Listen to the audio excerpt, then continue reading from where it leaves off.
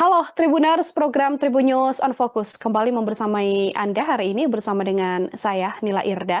Tribuners, pengerahan personil TNI untuk menjaga area Kejati dan Kejari di seluruh kejaksaan di Indonesia menuai sorotan. Pengerahan prajurit TNI ini menimbulkan polemik karena dinilai menguatkan militerisme pada institusi sipil. Padahal sedianya TNI adalah aparat pertahanan, bukan aparat keamanan. Presiden pun kemudian diminta tegas dan bertindak akan adanya perintah langsung dari Panglima TNI ini. Lantas bagaimana melihat penjagaan kejaksaan oleh TNI? Apa yang bisa dibaca dari keputusan telegram Panglima TNI untuk menjaga seluruh kejaksaan di tanah air? Saya akan membahasnya. Tribuner sudah tersambung melalui sambungan Zoom bersama dengan saya Direktur Rumah Politik Indonesia, ada Bang Fernando Emas di sana. Bang Fernando, selamat sore. Terima kasih banyak sudah bergabung. Selamat sore, Bang Mbak Fernando, Nila. Salam sehat. salam sehat. Terima kasih banyak Bang Fernando menyempatkan waktunya Sama-sama, kita sama-sama Mbak Nila. berdiskusi kembali hari ini dalam Tribun News on Ya, Focus. Saya ingin membahas mengenai perintah dari Panglima TNI, Bang Fernando. Saya ingin minta pengantar terlebih dahulu. Bagaimana kemudian Bang Fernando melihat adanya pengerahan TNI yang disampaikan langsung melalui telegram dari Panglima TNI untuk menjaga kejaksaan di seluruh Indonesia bahkan, Bang Fernando? ya. Tentu pengerahan dari TNI untuk menjaga kejaksaan di seluruh wilayah Indonesia atas instruksi dari Panglima TNI akan membuat tanda tanya di masyarakat kita dan di berbagai kalangan. Apa yang terjadi sehingga perlu penjagaan kantor kejaksaan, baik itu kejaksaan tinggi negeri di seluruh Indonesia oleh eh, aparat TNI. Sementara seperti tadi disampaikan oleh Mbak Nila berdasarkan undang-undang sangat jelas pembagian tugas bahwa TNI itu berkewajiban terkait dengan eh, bertugas untuk pertahanan, sementara untuk keamanan diberikan kepada Polri. Sementara terkait dengan penjagaan keamanan untuk kantor-kantor kejaksaan ataupun kantor-kantor lainnya, kalaupun ada sesuatu hal yang mengkhawatirkan, tentu ini menjadi tugas dari Polri. Lain halnya kalau Polri menganggap bahwa mereka kurang cukup personil dan membutuhkan bantuan Polri, tetap itu di bawah kendali Polri, bukan langsung TNI. Dan itu harus ada bantuan, harus ada permintaan bantuan oleh Kapolri terkait dengan butuhnya bantuan untuk pengamanan karena kurangnya personil yang dibutuhkan bantuan terkait dengan itu, maka ini secara resmi harus dilakukan surat kepada Panglima TNI yang dilakukan oleh Kapolri, dan tetap untuk tanggung jawab pengamanan itu ada di wilayah, ada di tanggung jawab kepolisian, bukan langsung diambil alih oleh TNI. Sehingga ketika ada pengerahan aparat TNI untuk menjaga kejaksaan, kantor-kantor kejaksaan, ini kan menjadi tanda tanya, ada apa? Apakah memang TNI ini sudah bisa dikatakan menjadi aparat negara yang nganggur, sehingga mereka tidak menjalankan tugas sebagaimana ranah mereka sesuai dengan undang-undang. Ya, ini patut dipertanyakan, dan saya berharap Bapak Prabowo sebagai presiden kita turun tangan terkait dengan adanya instruksi ini. Jangan sampai merusak citranya pemerintahnya Pak Prabowo, dan akhirnya ya seperti itu ada upaya militerisme lagi kembali coba membuat militer ini begitu berperannya di negara ini. Jadi ini kan harus diantisipasi, dan saya berharap Pak Prabowo harus bertindak tegas terkait dengan hal ini. Kalau kita membaca alasan dari Kejagung maupun TNI sendiri begitu ya, Bang Fernando ya. Ini kan mereka beralasannya adalah karena memang sebelumnya sempat ada MOU atau kerjasama Ya. agar adanya penjagaan terhadap Kejagung ini. Apakah kemudian dengan adanya MOU ini, kalau dari analisa Bang Fernando, bisa menjadi salah satu alasan pengerahan begitu kan? Karena kan memang landasannya kan pengerahan militer begitu ya, Bang Ya. Fernando ya. Di ranah sipil dalam hal ini adalah kejaksaan itu sendiri. Kan ya justru di sini ada apa? Sehingga mereka baik itu kejaksaan, Jaksa Agung dan Panglima membuat MOU. yang ini bertentangan dengan undang-undang. Gitu. Jadi apakah itu undang-undang dasar atau undang-undang TNI Polri kan gitu, ini kan sudah sangat bertentangan. Jadi kalau petinggi di TNI dan Kejaksaan sudah melanggar undang-undang, bagaimana dengan negara ini? Makanya saya berharap sekali Presiden eh, turun tangan terkait dengan persoalan ini supaya jangan sampai para pembantu beliau, apakah itu Panglima TNI, Jaksa ataupun para pembantu lainnya, seenaknya melanggar undang-undang dengan alasan-alasan yang seperti dilakukan itu ya oleh TNI dan Kejaksaan Agung dari berbagai poin itu kan kalau kita lihat apa mereka MOU-nya. Salah satunya bagaimana menjaga aset, kan dianggap itu menjaga aset vital.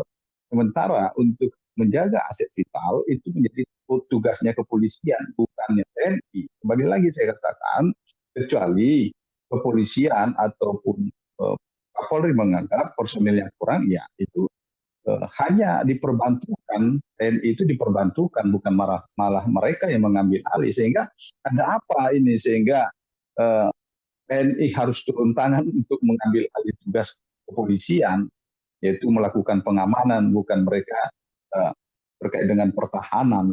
Jadi ini sangat-sangat rancu jadinya di dalam menjalankan tugasnya sebagai aparatur negara, institusi aparat keamanan di negara Hmm. kita, aparat pertahanan di negara kita.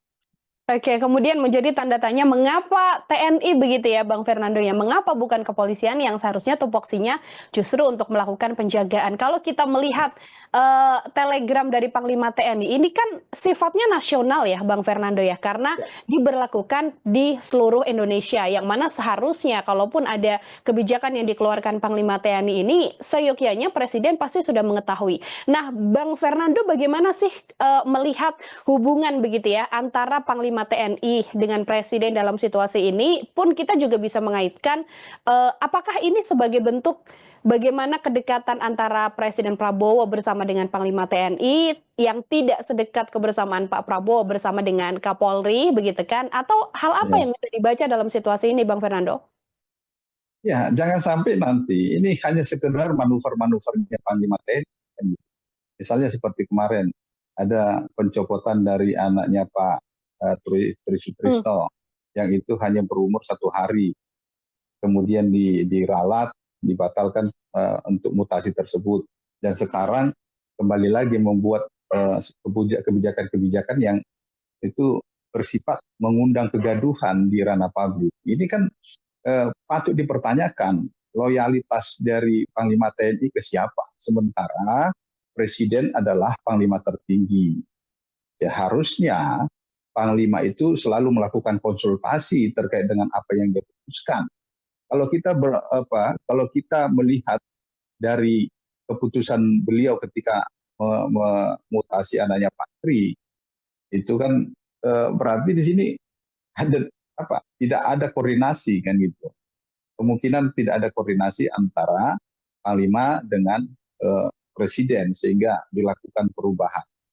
Saya yakin, saya menduga juga ini terjadi seperti itu. Tidak ada dilakukan koordinasi dengan Pak Prabowo sebagai Presiden, sehingga tugas-tugas dari TNI ini kok sudah malah kebablasan dan tidak lagi sesuai dengan ranahnya, yaitu bagian pertahanan. Eh, ya, ini kembali lagi saya berharap Pak Prabowo sebagai Presiden mengevaluasi kebijakan dari Panglima TNI terkait dengan pengerahan anggota TNI di menjaga ke kantor-kantor kejaksaan di seluruh wilayah Indonesia. Mhm. Ada 2 kali momen ya, sampai sejauh ini ya Bang Fernando ya. Yang pertama Ya, mengenai mutasi yang tiba-tiba kemudian dibatalkan, lalu yang kedua ya, adanya telegram dari Panglima TNI ini. Ini kan pengerahan TNI untuk menjaga kejaksaan, pun juga kasus yang sebelumnya terjadi sampai kisru pertama mengenai Undang-Undang TNI begitu kan. Apakah ini ya. juga sedianya bisa berdampak Bang Fernando bagi pemerintahan Pak Prabowo sendiri? Ya sangat. Justru kan kalau saya justru sekarang menyerukan kepada kita semua agar kita menjaga Pak Prabowo dari upaya-upaya coba ini. Saya melihat ini ada upaya coba membangkitkan jiwa korsanya Pak Prabowo sebagai presiden yang pernah dulu di TNI gitu. Jadi bagaimana mereka ini coba ingin membangkitkan jiwa korsa itu sehingga lebih melibatkan lagi baik itu purnawirawan TNI ataupun TNI aktif di dalam pemerintahan Pak Prabowo yang itu bersifat di ranah sipil. Makanya kalau kita lihat dari perubahan undang-undang TNI yang pada saat itu pemerintahan Pak Prabowo masih hitungan berapa bulan kan gitu. Tetapi sudah kenapa undang-undang TNI yang menjadi prioritas pada saat itu dengan memasukkan beberapa wilayah ranah sipil yang menjadi wilayah yang bisa dimasukin oleh anggota TNI aktif. Jadi saya melihat ini maaf ya, saya melihat ada upaya untuk para TNI aktif maupun purnawirawan itu ingin masuk dalam lingkarannya Pak Prabowo supaya bagaimana mereka bisa dilibatkan di dalam pemerintahan lebih banyak lagi. Jadi ini sangat bisa nanti membuat kekhawatiran dari masyarakat, dari berbagai pihak. Jangan-jangan nanti ini sangat mungkin TNI kembali seperti di masa Orde Baru. Ini juga menjadi kekhawatiran banyak orang ya, Bang Fernando ya, karena Ya. melihat berlangsungnya situasi ini dikhawatirkan bisa berlangsung juga praktik otoriter ala Orde Baru di pemerintahan Prabowo Subianto. Kalau dari situasi yang sudah terjadi sejak beberapa waktu terakhir ini, Bang Fernando melihatnya seperti apa, Bang? Jadi kalau kita lihat ya, ini kan Pak Prabowo nggak tahu ya, apakah memang beliau tidak memahami atau memang ada informasi-informasi yang salah yang diberikan kepada beliau. Misalnya ada kan beberapa jabatan-jabatan sipil yang seharusnya itu tidak boleh ditempati oleh militer, oleh TNI, ternyata ditempati oleh TNI. Misalnya Kasetpres pada saat itu ditempati oleh Bintang 2. Kemudian beberapa ada Bulog misalnya kan, yang pada saat itu juga ditempati oleh anggota TNI aktif. Jadi ini kan ada upaya coba menempatkan TNI di ranah-ranah sipil yang itu di luar undang-undang. Ada apa ini? Kenapa mereka bisa melakukan itu? Apakah ini sepengetahuan Pak Prabowo atau tidak? Atau mereka itu memberikan informasi-informasi yang salah kepada Pak Prabowo. Jadi kembali lagi saya menyerukan, kita harus menjaga Presiden Pak Prabowo Subianto supaya jangan nanti tergiring kepada upaya-upaya yang membuat TNI itu berperan lebih dari yang seharusnya sesuai dengan undang-undang. Ada gerakan di balik situasi yang ada ya dari kecurigaan yang kemudian disampaikan oleh Bang Fernando. Ini kalau kita melihat situasi yang terjadi sekarang, Bang Fernando, kalau menurut Bang Fernando sendiri, seberapa dini kemudian urgensi dari Presiden Prabowo begitu kan? Haruskah kemudian sudah sampai di titik melakukan evaluasi begitu kan akan kebijakan yang diberlakukan oleh Panglima TNI begitu kan, atau bahkan ini juga sudah waktunya untuk Presiden mempertimbangkan juga untuk sampai akhirnya ada penggantian terhadap Panglima TNI, Bang Fernando? Saya melihat kalau melihat langkah-langkahnya Pak Panglima beberapa belakangan ini sudah selayaknya dilakukan evaluasi dan dilakukan pergantian. Karena jangan sampai nanti ini menjadi bebannya Pak Prabowo di pemerintahan di tahun-tahun di hari-hari berikutnya, bulan berikutnya atau tahun-tahun berikutnya kalau masih beliau dipertahankan sebagai Panglima TNI. Jadi kalau kita lihat ini loyalitasnya ini siapa sih patut dipertanyakan gitu. Jadi jangan sampai nanti loyalitasnya malah ke yang lain sehingga sehingga kebijakan-kebijakannya ini berdasarkan informasi arahan atau permintaan dari orang lain bukan Presiden Prabowo Subianto. Apakah latar belakang militer yang dimiliki oleh Presiden Prabowo Subianto begitu ya, Bang Fernando ya? Karena kita tahu seorang Prabowo Subianto ini kan dia sangat amat menjunjung tinggi organisasi lamanya atau militer begitu kan yang juga diemban oleh seorang presiden. Apakah juga latar belakang militer dan kedekatan Pak Prabowo dengan sejumlah TNI, purnawirawan dan sebagainya, kemudian ini dijadikan celah bagi sejumlah pihak dalam tanda kutip begitu ya untuk melakukan lobby-lobby agar bisa semakin dekat dengan pemerintahan Prabowo. Ya, jadi saya memang curiga. Makanya sejak sejak kemarin para purnawirawan itu yang melakukan ada beberapa tuntutan yang tergabung dalam forum purnawirawan TNI itu. Saya melihat ini ada upaya coba mencari perhatiannya Pak Prabowo. Jadi ada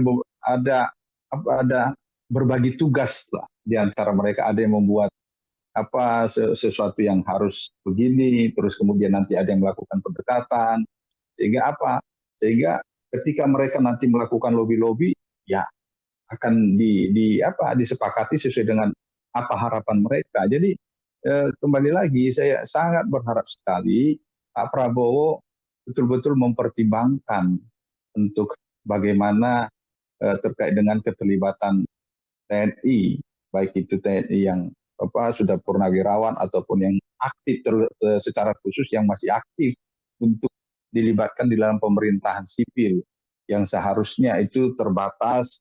Kalau berdasarkan undang-undang kan hanya beberapa bidang, jangan sampai nanti ini malah semakin merusak pemerintahan Pak Prabowo dan akhirnya terbangun ketidakpercayaan kepada Pak Prabowo karena ada kekhawatiran seperti yang tadi kan udah ada pihak-pihak yang akan yang sudah curiga mengkhawatirkan bahwa TNI itu akan berperan lebih seperti di pemerintahan Orde Baru. Bang Fernando, ketegasan semacam apa sih Bang yang sedianya ditunjukkan begitu ya oleh sosok seorang Prabowo Subianto dalam hal ini adalah RI1 untuk yang satu bisa meredam situasi yang ada dan yang kedua sekaligus menjadi ketegasan begitu bahwa memang presiden ini tidak bermaksud atau tidak dalam ranah untuk mencampurkan masalah militer atau pertahanan militer begitu ya dengan pemerintahan sipil yang sekarang ini sedang dijalaninya. Saya kira kalaupun Pak Prabowo yang seperti kata Mbak Nila tadi memang jiwa kemiliterannya itu masih kuat dan hubungan dengan para senior ataupun junior yang ada yang sudah purnawirawan ataupun yang masih ada di institusi memang masih cukup bagus, masih sangat dekat. Tetapi beliau harus lebih mementingkan bagaimana untuk kepentingan negara ini, kepentingan rakyat Indonesia.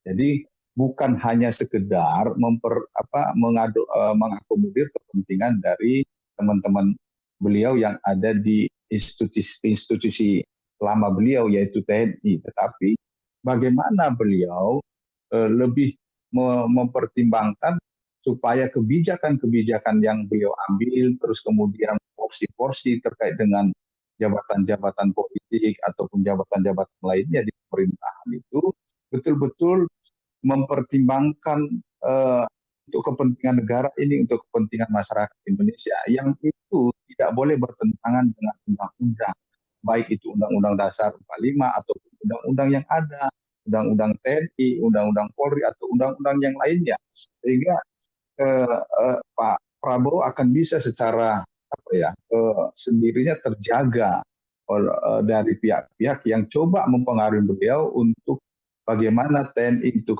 diberikan peran lebih lagi. Jadi saya berharap sekali Pak Prabowo itu betul-betul menempatkan porsi-porsi yang seharusnya sesuai dengan undang-undang. Jadi kalaupun ada pihak-pihak yang coba memberikan masukan, saran ataupun pendapat ataupun lobby-lobby terhadap beliau, seharusnya beliau tetap berpatokan kepada undang-undang. Jadi jangan sampai justru merubah undang-undang untuk mengakomodir mereka. Oke, harus ada ketegasan dari Pak Presiden ya, agar kinerja baik yang selama ini juga kepercayaan publik yang juga cukup tinggi ya, Bang Fernando ya, yang didapatkan Presiden Prabowo Subianto ini tidak turun karena memang sikap-sikap yang terjadi di luar itu atau di luar kendali dari Presiden Prabowo Subianto sendiri. Baik, terakhir dari saya, Bang Fernando, ini kan muncul desakan dari banyak pihak agar telegram dari Panglima TNI ini kemudian dihapuskan atau ditarik kembali kembali atau dicabut begitu ya Bang Fernando ya. Kalau menurut Bang Fernando, apa kemudian situasi yang paling ideal untuk kemudian meredam perkara kejaksaan yang dijaga atau dikerahkan militer ini, atau sikap seperti apa yang harusnya ditunjukkan oleh seorang Panglima TNI untuk mengatasi situasi ini, Bang? Pertama, saya berharap sekali bukan hanya sikap dari Panglima TNI, tetapi sikap dari Presiden Prabowo Subianto, yaitu melakukan evaluasi terhadap Panglima TNI, lakukan pencopotan, pergantian terhadap Panglima TNI. Saya kira Pak Prabowo membutuhkan Panglima TNI yang betul-betul loyal terhadap beliau, yang betul-betul menjaga pemerintahan beliau agar betul-betul disukai dan disenangi oleh masyarakat Indonesia, dan bagaimana mereka bisa mendukung pemerintahan ini melakukan visi misi program-program sesuai dengan apa yang sudah dijanjikan. Jadi jangan membuat hal-hal yang itu bersifat mengundang kegaduhan sehingga pemerintahan itu terganggu kan gitu. Jadi mengurusin sesuatu yang tidak seharusnya. Misalnya seperti sekarang ini. Jadi saya berharap tidak cukup hanya melakukan penarikan ataupun pembatalan terkait dengan instruksi tersebut oleh Panglima TNI, tetapi saya sangat berharap sekali lakukan pergantian Panglima TNI.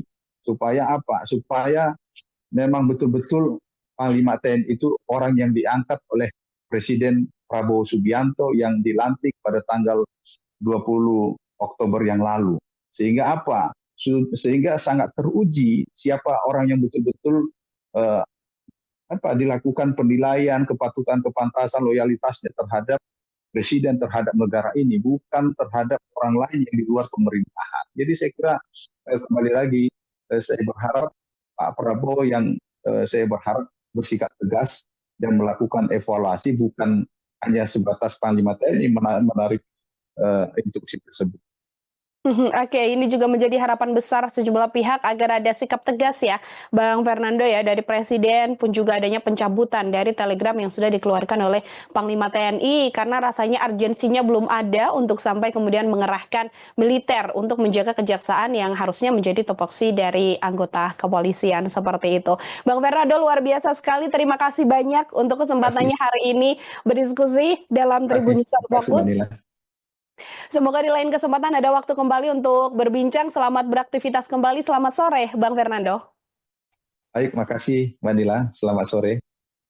Ya, terima kasih banyak Bang Fernando Emas, Tribuners, Direktur Rumah Politik Indonesia, membersamai kita dalam Tribun News Fokus kali ini. Nantikan obrolan saya dengan sejumlah narasumber lain dan tema-tema lainnya hanya dalam Tribun News Fokus. Saya Nila Irda pamit undur diri. Terima kasih banyak dan sampai jumpa.